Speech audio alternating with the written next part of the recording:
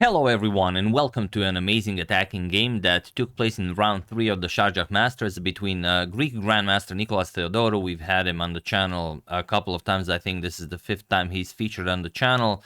For your viewing pleasure, I will include some other games as well in the description. First link you will see. So if you like this game, you might enjoy the others as well, as they are really amazing. And his opponent is Mukhiddin Madaminov of Uzbekistan, also a Grandmaster. It's a really awesome game. Features the bishop opening that we don't really have that often at Grandmaster level, but we do on occasion. You know, Magnus played it, Nepo played it, MBL played it, or okay, in Blitz, but still, I think MBL even in maybe Rapid or Classical. But it's a really wild opening. And for those of you who don't know what the bishop opening is, it's e4, e5, and the immediate bishop to c4. Kind of goes against what Steinitz taught us when sort of modern theory was forming, that knights belong into the game before bishops, as that that makes it less of a chance that you're gonna mess up the game early. But in the very early days of chess, in the days of Gioacchino Greco and Lucena, bishop to c4 was kind of the standard. And even now in modern days, of course, now you can play pretty much anything. You have super engines, you can prepare anything. If you like bishop to c4, maybe you also enjoy playing it. So, give it a try. So, okay, bishop to c4, we have knight to f6, and now knight to c3. And okay, it can transpose into pretty much anything. For example, here we have the Vienna game, and the bishop to c5 and knight to c6 are the most common replies to this formation. But we have knight captures on e4. This is the so-called the Frankenstein or the Dracula variation, and it can be met by several moves. Queen to e2 can be played. You can play knight captures on e4, although not really all that impressive. You can go queen to h5. You can go knight to f3. But queen to h5 is the way to really challenge this line, because if you just capture, for example, knight captures and you allow pawn to d5, Black is already very happy. Bishop to d3, you're gonna capture the knight, place pawn to f5, you get a tempo on the bishop, and you just continue nicely developing. You can castle, get the queen into the game. This is very good for Black. So after knight captures on e4, we have queen to h5, which is the best possible move. You are hoping for knight captures on c3, so you can play queen captures on f7 checkmate. But of course, at this level, that is not likely to happen. Knight back to d6 stops checkmate while attacking the bishop on c4. We have bishop to b3 and bishop to e7. We have pawn to f4, going after the black king, of course. E captures on f4, and now pawn to d4 as well, preparing bishop captures on f4. So castle's king side, we have knight to f3 and knight to c6. Developing now both of the knights. We have bishop captures on f4 and pawn to g6, making it not so easy for white to go after the black king. We have queen back to h3. You don't have to worry about d5, as there is a knight on d6. So knight to f5. Now the d-pawn can move forward, and castle's queen side. And there actually is a game, Levon Aronyan played it against Yang Shishtu Duda in 2023 in the Superbet Blitz Challenge.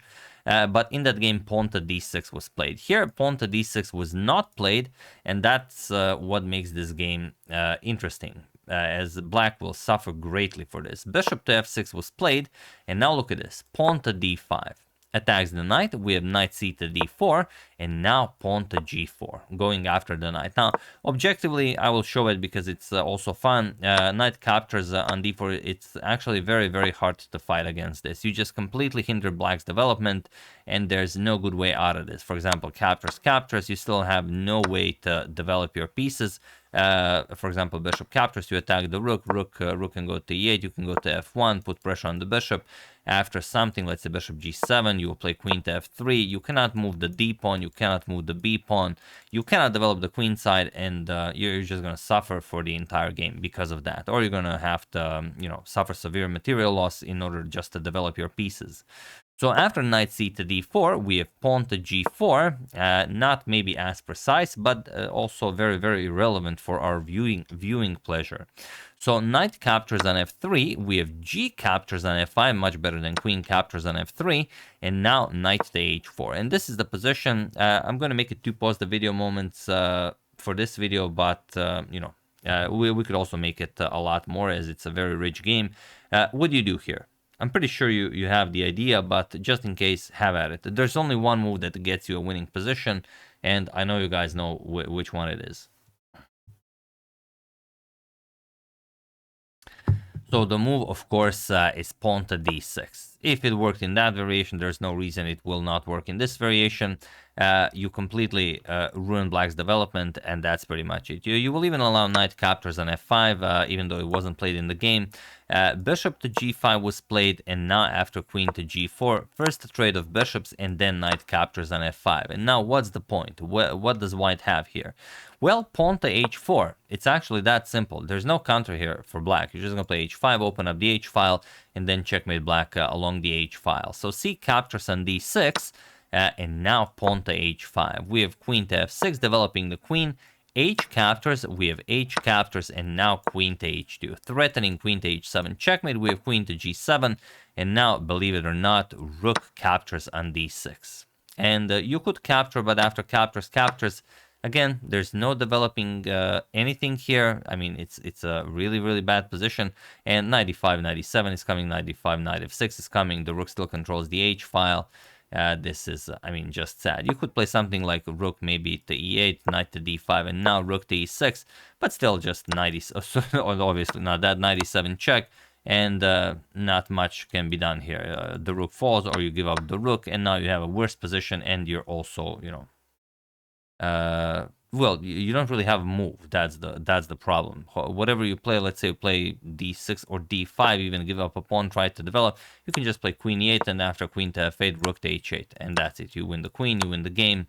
Very, very easy solution. So after rook captures on d6, pawn to a5 was played, dreaming of rook to a6 to kind of get that rook off of the 6th rank. But again, every move is winning here. One is particularly winning, or rather it's mate in 3. What do you play here? While I give you a couple of seconds.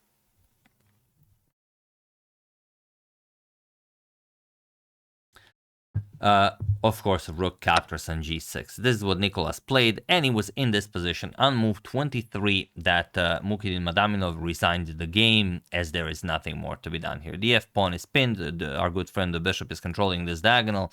If you do nothing, we're just going to capture the queen, and if queen captures, then you no longer control h8, and that means queen to h8 will be checkmate. So yeah, I actually just returned from the trip today. I didn't know what to show you, so you know, I browsed around. I saw Sharjah Masters was currently underway. Round 3 just is being played now as we speak. This is a game from round 2, and I saw Nikolas was playing. I checked out his win, and what do you know? It's a spectacular win, as are all the other ones. So yeah, if you liked this game, if you like Nikolas' style, I will put all of the other games in the description below. Quite a lot to enjoy there, you know.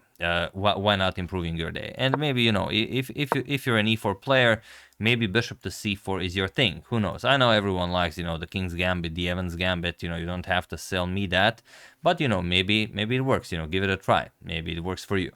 So yeah, hope you enjoyed it. I would like to thank Random Pawn, Douglas Van Bandhuisen, Samuel Kamuli, Nidhi Kumar, and Marcus Shib for your contribution to my channel. Thank you a lot. I really appreciate it. As usual, you can check 2 of my previous videos here. Thank you all for watching, and I will see you soon, continuing to check up on your wonderful suggestions and whatever else happens in the chess world. Thank you all. I will see you soon, and have an excellent rest of your day.